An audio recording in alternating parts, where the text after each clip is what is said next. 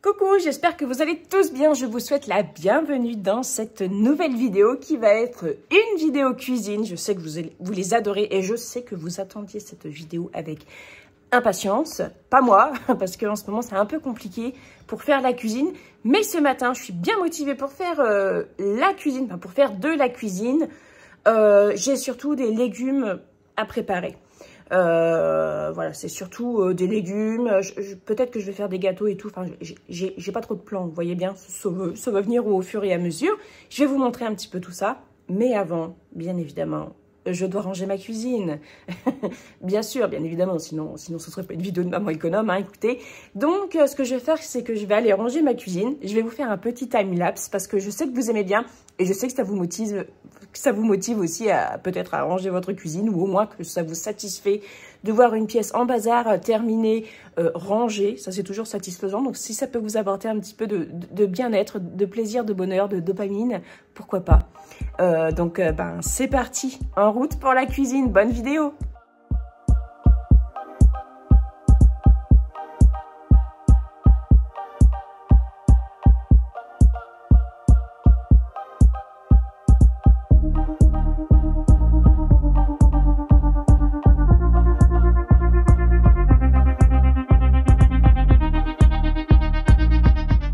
Et voilà pour ce petit time-lapse de rangement. Alors, je viens de le regarder, ça fait 22 secondes, mais j'ai mis quasiment 1 heure, en fait, pour tout ranger. J'ai été un petit peu à la traîne à la fin parce que j'ai un peu une baisse de glycémie, là. Et du coup, voilà, je fais une petite pause. Et surtout, j'ai super chaud. Parce que, en fait, le truc, c'est que tu te lèves le matin, t'as froid, parce qu'il fait froid dehors, le poêle, il n'était pas en route et tout. Tu remets le poêle, tu arrives à une température raisonnable, c'est-à-dire 19, puis tu t'actives en fait, puis tu as super chaud. Donc voilà, du coup je fais une pause, je bois un verre d'eau, du coup j'ai regardé le time-lapse et je vais y retourner, donc je vais aller m'occuper de la salade, des radis, puisque j'ai acheté plein de radis, mais je m'en suis pas occupée tout de suite, donc je vais aller m'occuper de ça. Il y aura des carottes à s'occuper, il y aura des concombres également. Voilà, et puis je vais faire cuire je vais faire cuire, parce que j'ai pas mal de légumes surgelés aussi. Je vais faire cuire ça. J'ai aussi des poireaux, je crois. Il me semble qu'il me restait des poireaux au congèle. Je vais peut-être faire une petite fondue de poireaux, là. Ça sera bien. Enfin, voilà, quoi. Je vais regarder ce que j'ai au congèle. Et puis voilà.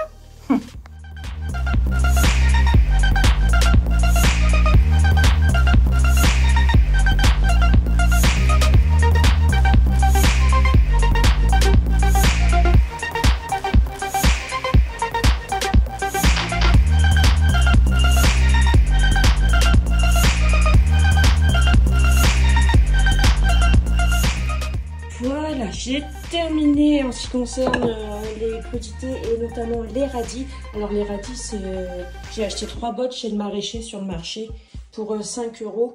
Mais bon, bah là c'est ce que moi j'avais déjà trié avant, que j'ai mis au compost. Mais en fait il y a beaucoup de radis qui sont, vous voyez, comme ça à l'intérieur. Il y en a qui sont creux. Vous voyez, il y en a, ils sont un peu jaunis, enfin on voit pas bien, mais ils sont un peu jaunis. Tous ceux-là, ils sont bien, mais il y en a quand même, il y en a quand même pas mal que, vous voyez, j'ai retiré. On voit pas bien à l'écran, mais ça fait, ouais, ça fait jaune. Vous voyez, ça fait ça. Il y en avait qui étaient creux aussi. Vous voyez, dans ce genre-là, donc ça, du coup, ça je garde pas. Il y en avait beaucoup qui étaient grignotés aussi. Et, bon, ce qui est normal, hein, parce que quand tu plantes des radis, et forcément il y a des petites bestioles qui les grignotent. Après, je sais comment ils ramassent les radis. C'est une machine en fait qui ramasse les radis et puis après ils les mettent en botte. Mais du coup, je pense que c'est pas suffisamment vérifié parce que du coup il y avait quand même pas mal de radis à retirer, quoi. Mais bon, bah voilà aussi, c'est ça, hein. Quand vous achetez des fois chez des producteurs, bon, c'est pas les mêmes tailles et tout, ça je m'en fiche que ce soit pas la même taille et tout, mais il y en avait quand même pas mal d'abîmés. Et c'est pareil, quand j'avais acheté une botte de carottes chez eux, elles étaient toutes trouées à l'intérieur, puis il y avait des petits vers en fait qui étaient en train de bouffer la carotte. Alors ça, C'est, voilà, vous voyez, c'est des choses... Je dis pas que ça arrive chez tous les producteurs, hein, je dis pas que ça arrive tout le temps chez ce producteur-là, mais ce sont des choses qui y arrivent et c'est des choses, bah, ça rebute un peu, bah, surtout en fait quand tu peux pas consommer la totalité de ce que tu as acheté. Voilà, je n'ai pas gardé les fans de radis parce que déjà, elles n'étaient plus fraîches du tout. Mais aussi parce qu'on n'aime pas la soupe de radis, on n'aime pas les fans de radis. Enfin, on n'aime pas la soupe de fans de radis, on n'aime pas les fans de radis, on n'aime pas le pesto de fans de radis. Enfin voilà, on n'aime pas. Et alors vous pouvez faire, il n'y a pas de souci. Je sais qu'il y a deux catégories. Il y a ceux qui adorent, il y a ceux qui n'aiment pas du tout, qui trouvent ça insipide, pas bon comme nous. Hein. Après, voilà, chacun fait ce qu'il veut. Moi, je le donne soit aux poules, soit, bon, ben là, ça va au compost parce que c'était vachement abîmé, enfin, c'était plus frais, quoi. Mais quoi qu'il en soit, pour moi, c'est pas gâché parce que dans le compost, moi, je récupère pour avoir des légumes. Et si je donne aux poules, ben, les poules me donnent des œufs. Donc, voilà, c'est pas gâché pour moi. Donc, ici, on a les radis. Ici, on a toutes les tomates cerises. C'est pas trop de saison, c'est pas bien. Mais, ben, en fait, mes enfants mangent ça comme légumes, sinon, ils mangent rien d'autre, en fait. Donc voilà, j'achète des carottes et des tomates, des concombres et des tomates en ce moment parce que mes enfants en mangent et bah, il faut quand même qu'ils mangent un peu de vitamines, donc voilà. Et puis ça, c'est la salade que j'ai épluchée. Et voilà, donc ça, c'est prêt. Et puis ici, je vais faire des lentillons de champagne germés pour voir ce que ça donne. Donc là, déjà, je les laisse tremper. Je les ai rincés, je les laisse tremper. Je vous en parlerai plus tard parce que c'est la première fois que je fais. Et j'ai pas encore testé, donc je vais pas me prononcer, je vous en reparlerai. Voilà, ça, c'est prêt. Je vais m'occuper des concombres. Donc, des concombres, j'en ai plein. Hein. J'en ai acheté plein, ils étaient peu chers. Donc, je vais faire ces concombres-là. Je vais peut-être en faire un peu plus. Je vais peut-être faire ça. Vous voyez, j'ai dans l'idée de faire ça en bâtonnet, en dips, que je vais mettre dans un plat fermé, dans une boîte fermée, mais je vais pas le garder trop longtemps, ça va pas se garder trop longtemps parce que ça va pas sécher parce que ce sera fermé, mais quand on mange un légume cru comme ça, sans assaisonnement, rien du tout, vaut mieux le manger assez rapidement, donc je pense que ce sera pour jusqu'à demain soir, grand max, et ça je vais en faire des concombres au yaourt, voilà. Je suis donc en train de m'occuper des concombres, mais aussi là, du coup, je mets à cuire les brocolis que j'ai que j'avais au congèle. Donc du coup, voilà, je vais les faire cuire à la vapeur. Un instant de pote, ça va aller très très vite. Mais par contre, 10 minutes à la vapeur, c'est trop pour des brocolis. Je vais mettre 6. J'avais mis des pommes de terre à cuire. J'avais plus de batterie, donc j'avais pas filmé la mise en cuisson des pommes de terre. Mais bon, c'est pas bien grave. Hein. Je les ai fait cuire donc dans l'instant de pote. Voilà. Donc là, maintenant, ce que je vais faire, c'est que je vais faire la fondue de poireaux au lardon. Voilà. Donc les pommes de terre, là, c'est pour faire une tartiflette parce que j'avais acheté tout ce qu'il fallait parce que Margot m'en avait réclamé et j'ai pas encore fait la tartiflette, donc je vais m'en occuper. Margot, elle est partie avec les petits bâtonnets de concombre pour sa collation. C'est très bien, c'est très bien. Et voilà, donc là, je vais m'occuper de faire la fondue de poireaux. Et je vais faire cuire du riz à côté parce que la fondue de poireaux avec du riz, c'est trop trop bon. Même si la fondue de poireaux, vous pouvez la mettre un petit peu partout, genre dans une pizza pour tapisser et tout, c'est trop trop bon. Dans des croque-monsieur, sur une tartine, sur une bruschetta et tout ça, c'est vraiment super bon. Donc, voilà, je vais faire ça. Alors là, je suis en train d'éplucher les pommes de terre pour faire la tartiflette. J'ai mis de l'eau à bouillir pour le riz. D'ailleurs, l'eau est en train de bouillir. Alors, je vais aller chercher, je vais aller mettre le riz tout de suite dedans. Voilà. La fondue de poireaux est en train de tout doucement mijoter. Je vais mettre pas mal de riz. Bon, je ne vais pas en faire non plus une quantité astronomique, mais je vais en faire pas mal parce que je vais faire une salade de riz aux anchois parce que Valentin adore ça. Il y aura du riz donc pour manger avec la fondue, mais il y aura du riz aussi pour faire revenir dans la sauce soja avec des légumes, des petits lardons et tout. Donc voilà, du coup je vais en cuire quand même pas mal. J'ai cuit la moitié du sachet. Voilà, enfin, la moitié du paquet, c'est-à-dire quasiment 500 grammes. Donc il y a quand même moyen que j'ai une énorme quantité de riz. Je crois que j'en ai peut-être mis un peu trop. Mais en même temps, c'est les vacances et tout le monde est à la maison. Voilà, hop. qu'est-ce que je déteste éplucher des pommes de terre comme ça. Mais je déteste encore plus les éplucher quand elles sont pas cuites. En fait, je déteste éplucher des pommes de terre, voilà. Mais j'aime pas les pommes de terre avec la peau, j'ai horreur de ça, sauf si c'est des pommes de terre nouvelles. Vous voyez, la peau elle est toute tendre, elle s'en va et tout, pas de problème, mais ça c'est pas de la pomme de terre nouvelle, hein, donc la peau elle est vachement épaisse et tout. J'aime pas, ça colle et tout là, je déteste ça. Bon, le riz.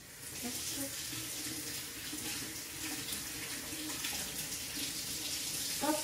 Donc là pour l'instant j'ai pas coupé les pommes de terre en lamelles, mais je vais les couper en lamelles, je vais pas les laisser entières.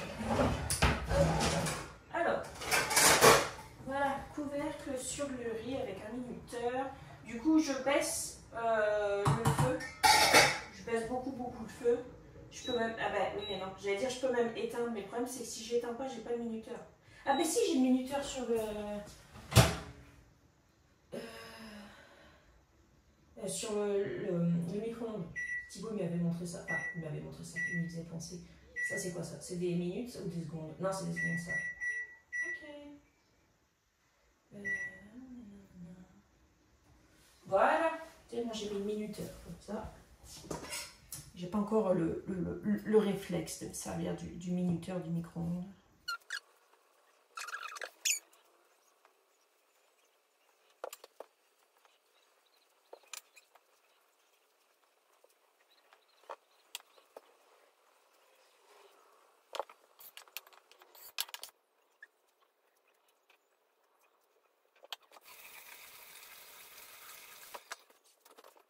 J'ai mis les lardons sur le dessus. Alors, je ne fais pas cuire les lardons parce qu'en fait, ils vont cuire au four.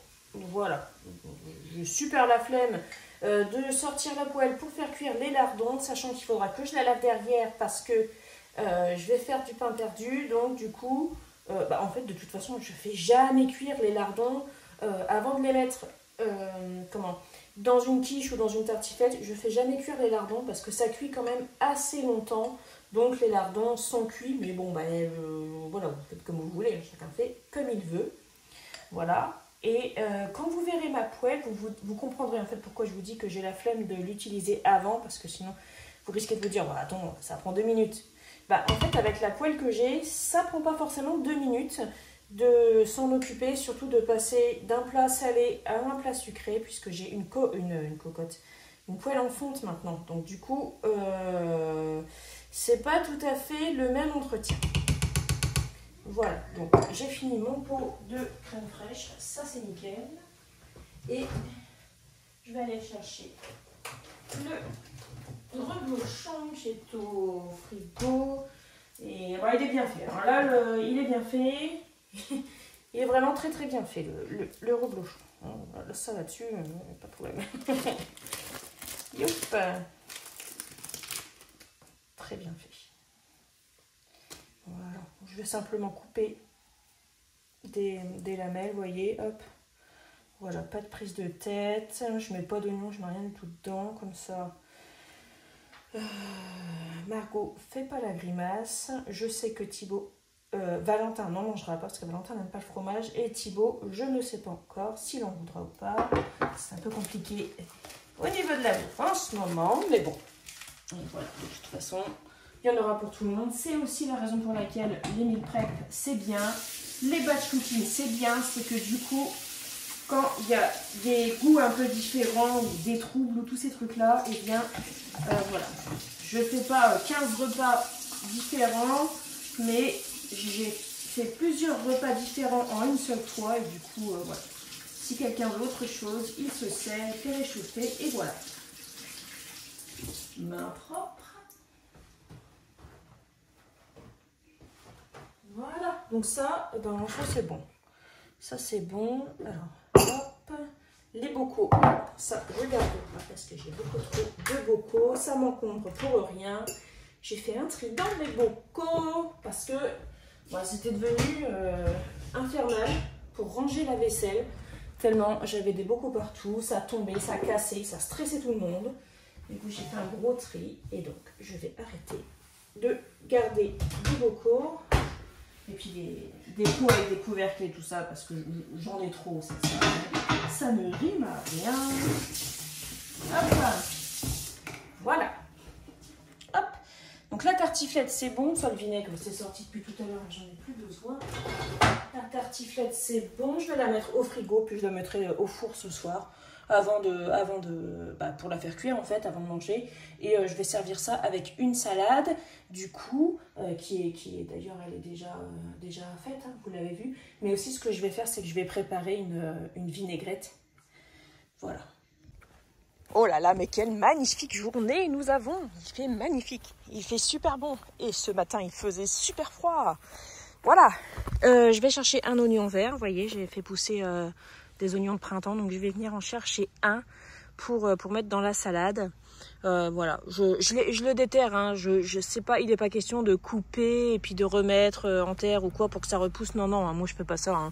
Je prends et puis voilà, je vais prendre l'oignon complet, ce qui fait que je vais tout mettre en fait dans la vinaigrette, le blanc et le vert, et puis voilà. Hop, et puis ce que vous voyez ici, c'est pas de l'oignon, c'est de l'ail. Voilà, c'est de l'ail. Hop. Du coup, je vais prendre un oignon. Je vais prendre... peut-être un peu petit, celui-là. Ah, mon cœur.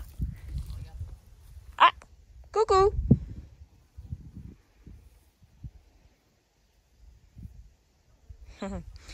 Donc, je vais essayer d'en prendre un peu plus gros. Tac. Oui, ce sera un peu mieux, celui-là. Hop là. Oui, oui, j'arrive, Margot. J'arrive. Voilà. J'ai dit que j'arrivais, cœur.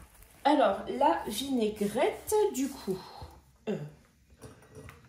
Le vert et le blanc. Alors, ce qui était abîmé, j'ai retiré. J'ai lavé, j'ai rincé. Enfin, vous voyez bien, quoi. Hop. Voilà, je vais mettre tout ça là-dedans.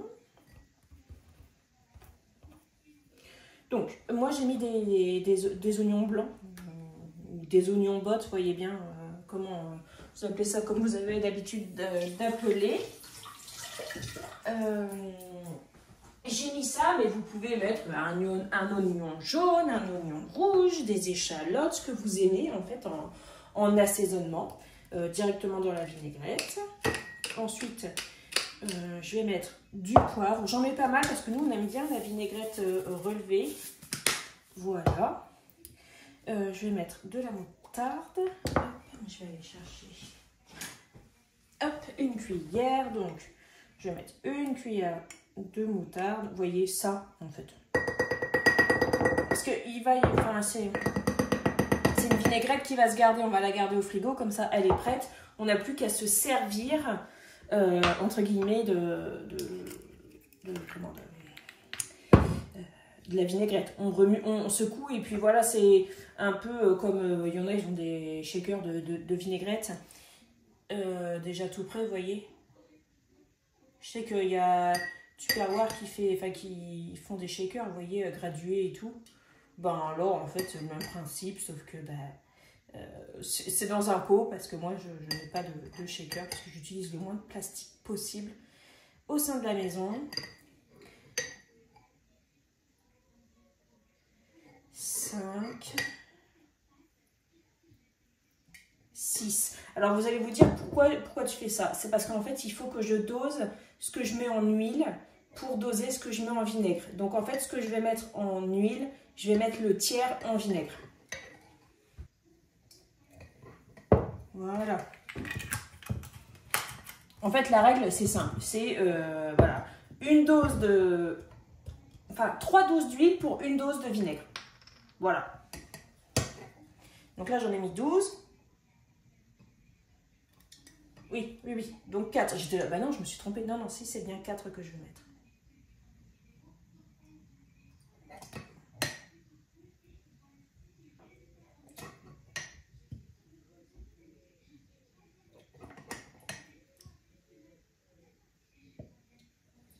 Voilà. Tac. Je ferme, je vais secouer, puis je vais voir l'assaisonnement, si c'est bon ou pas. Donc l'huile d'olive, elle ressort beaucoup. Le vinaigre aussi. Il manque poivre et sel.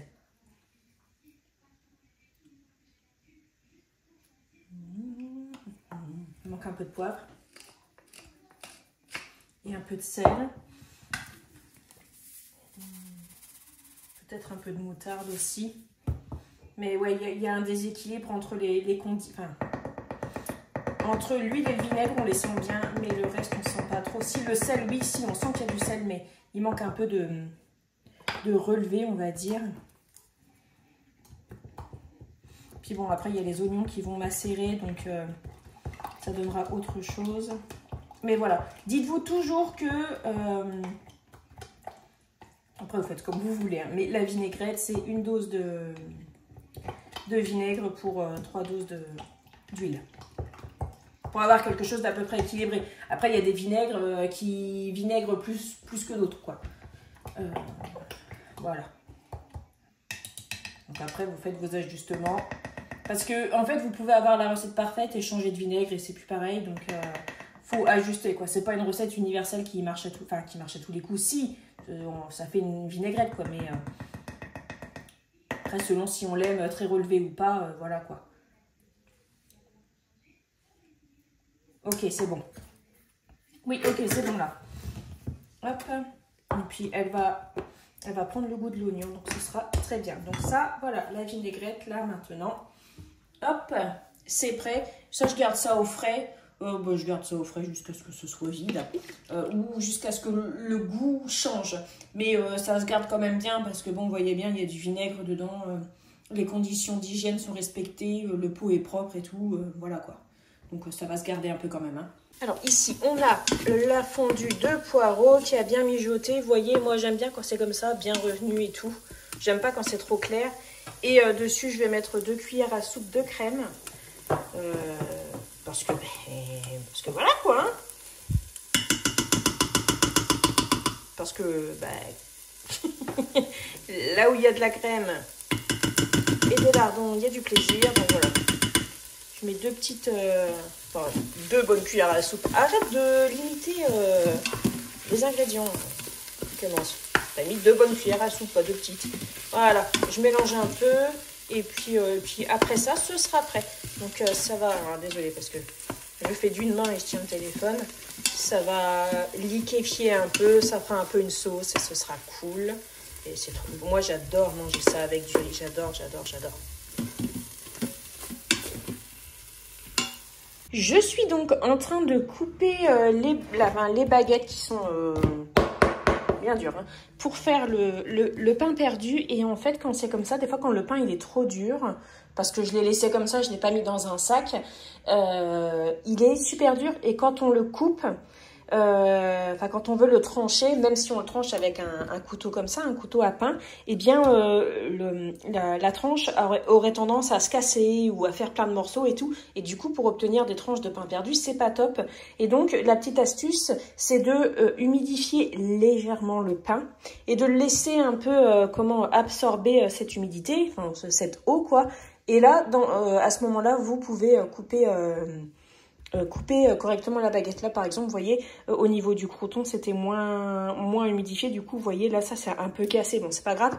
Mais sinon, voilà. Parce que vous voyez, à l'intérieur, c'est vraiment bien dur, en fait. Et donc, dans ces cas-là, voilà.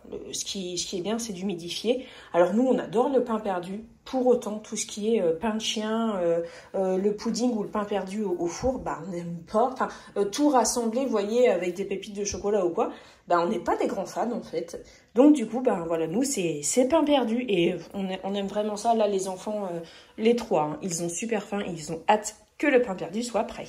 J'ai préparé la sauce pour faire le pain perdu. Donc j'ai mis 6 œufs qui viennent de nos poules et 500 ml de lait.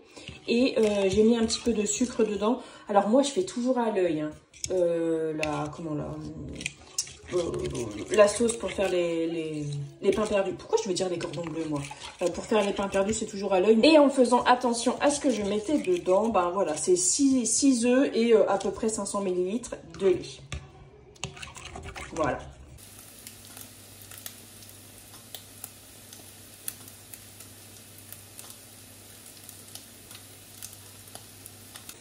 bientôt fini la cuisson des pains perdus. Franchement, je suis trop contente de cette poêle. Alors c'est une poêle en fonte qui a été fabriquée aux États-Unis. Je l'ai achetée sur le site Warm Cook et je l'ai achetée avec mon argent. C'est parce qu'il y avait Marie Chiopa qui a une chaîne YouTube aussi et un compte Instagram et un blog et tout ça qui faisait la promotion des poêles en fonte. C'était pas la première fois qu'elle en parlait d'ailleurs et elle avait un code promo, donc du coup j'en ai profité. Ma mère m'avait envoyé des sous pour mon anniversaire et j'ai mis au bout et voilà, j'ai acheté cette poêle en fonte. Et Thibaut il aime bien me faire peur en ce moment, j'ai eu un sursaut. Et en fait, j'en suis entièrement satisfaite. Alors j'avoue que c'est un tout petit peu plus compliqué au niveau de l'entretien parce qu'il ne faut surtout pas oublier de la gratter, de la culotter et tout ça. Mais vous voyez, en fait ça colle pas du tout. Et vous voyez, il n'y a pas de bain d'huile, rien du tout. Hein. Et ça colle pas. Donc en fait, voilà, le secret c'est le culottage et tout ça. Et la culotte, tu sais, ça fait toujours un super bon goût dans le four. Oui, oui, c'est vrai. T'as l'impression que tu as mangé un truc trop bon. Oui, oui, c'est vrai. Quand on l'a fait culotter, il y a toutes les odeurs qui ressortent. Et en fait, c'est des couches de graisse qui s'accumulent et qui, en fait, qui culottent la poêle. Et là, en fait, j'ai une cuisson, mais géniale. En fait, que je mette ici, là ou là, ça cuit pareil. Tandis qu'avant, avec les poêles normales, et même si je les payais quand même assez cher, les poêles que j'ai achetées, pour qu'elles durent assez longtemps. Mais bon, nous, on se sert souvent des poêles. Et ici, ça cuisait, ça cramait. Ici, ça cuisait bien. Et là, ça cuisait pas trop, quoi. Que là, là, franchement, ça cuit partout pareil. C'est, vous voyez ce que je veux dire? J'ai jamais réussi aussi bien du pain perdu, quoi. Franchement, je suis trop contente. C'est sûr que c'est un budget, mais en fait, après, la poêle, vous l'avez juste, vous l'avez tout le temps, en fait, quoi. Et je suis trop contente. Et regardez, ma poêle, elle est même pas cradingue comme elle pouvait être cradingue avant, une fois que j'avais fini les pains perdus. Donc, franchement, c'est trop, trop cool. Et je vais aller manger du pain perdu aussi, moi, parce que l'odeur, ça me donne trop faim. Je vais préparer la salade de riz au thon pour Valentin. Donc dedans, bon, bien évidemment, il y a du riz. J'ai mis des petits morceaux de tomates. Je vais mettre du thon, des anchois et du maïs. Mais le maïs, je sais que je ne vais pas tout mettre dedans. Les anchois, idem. Et le thon, peut-être pas. Donc peut-être que je referai une deuxième gamelle avec de la salade, en fait, de riz. Peut-être pour mon mari, sachant que pour mon mari, il ne faudra pas mettre de maïs parce qu'il n'aime pas ça. Et il ne faudra pas mettre d'anchois parce qu'il n'aime pas non plus. Voilà, c'est parti pour ça. J'avais mis les concombres avec, dans du sel pour qu'ils rendent un peu leur eau. Et maintenant, je vais l'assaisonner. Donc, je vais mettre un yaourt grec dedans, un petit peu de vinaigre, de vin à l'échalote. Je ne vais pas mettre de sel parce que c'est déjà bien salé. Et puis voilà, je vais aller chercher un petit peu de ciboulette au jardin. Et puis ce sera fait. Finalement, j'ai pas mis de maïs dans la salade puisque Valentin m'a dit que l'on voulait pas. Donc voilà. Et il reste un petit peu de thon. Je me demande si je vais pas le faire à la mayonnaise ou pas. Je sais pas si je fais une salade de riz ou quoi pour la gamelle de mon mari. Il faut que je voie avec lui si ça le tente ou pas. Et puis si ça le tente, il fera sa salade. Et puis voilà, donc là du coup, je vais faire... la salade de concombre au yaourt, mais c'est toujours pareil, hein, c'est à l'œil. Hein. Là, il y a 2 concombres. Ici, il y a 2 concombres. Tu vas où du coup, redis-moi? Derrière à chercher la ciboulette. Oui, vas-y. Quand elle m'a entendu dire la ciboulette, elle voulait parler absolument. C'est parce qu'elle veut aller chercher la ciboulette. Tu refermes bien, hein, pour que Tricot, elle puisse pas sortir. Je vais refermer derrière toi, oui. Et voilà pour ce que j'ai préparé aujourd'hui. Alors honnêtement, je me disais, ouais, j'ai pas fait beaucoup de choses. Mais quand même, j'ai quand même fait pas mal de choses parce que surtout, j'ai rangé et lavé ma cuisine. Donc si, j'ai quand même fait pas mal de choses. Alors ici, on a la salade qui est prête avec la vinaigrette qui est déjà prête aussi, qui est au frigo. Alors ici, c'est les bâtonnets de concombre. Il y en a presque plus. Margot, on a pas mal mangé. Bon, j'avoue, j'en ai mangé aussi un peu, mais voilà, bon, du coup, ça va pas se garder super longtemps. Hein. Je pense que ce sera fini ce soir. Ici, c'est la salade de riz au thon. J'ai pas bien mélangé, mais voilà. Salade de riz au thon et aux anchois avec des tomates. Je n'ai pas fait d'assaisonnement, rien du tout. J'ai juste mis un petit peu l'huile des anchois parce que Valentin, il veut pas d'assaisonnement. Ici, on a le riz qui est nature. Voilà, comme ça, moi j'embarquerai par exemple, vous voyez, une boîte avec du riz avec la fondue de poireaux dessus. c'est super bon. Et puis aussi, un soir, on fera revenir des oignons à la poêle. On mettra le riz avec un petit peu de sauce soja dessus et c'est vraiment super bon. Ça, c'est le thon qu'il reste, donc à voir ce qu'on va en faire. Ici, c'est donc la fondue de poireaux avec de la crème. Ici, ce sont les brocolis qui sont déjà cuits. Moi, j'aime bien manger les brocolis comme ça, soit chaud, soit cru. Le brocoli, chou-fleur, ça, c'est vraiment des légumes qui ne sont pas du tout appréciés chez moi, hormis par moi, et j'aime vraiment beaucoup les manger voilà, comme ça. On voit plus rien. Mince, oh, voilà, je tape dans le téléphone. Ici, on a les radis qu'on mangera avec du beurre, du missel et du pain. Et ici, toutes les tomates cerises. Les tomates cerises, c'est pareil, hein, c'est à n'importe quel moment de la journée. Voilà, un petit creux, une tomate cerise, voilà, en apéritif, en légumes, en accompagnement, voilà. Donc voilà, il y a tout ça qui est prêt. Donc du coup, bon, le pain perdu, ben, il a déjà été mangé. Ici, on a la tartiflette qui sera cuite ce soir et la vinaigrette qui est ici. Et voilà, j'ai plus qu'à remplir mon frigo et ce sera bon.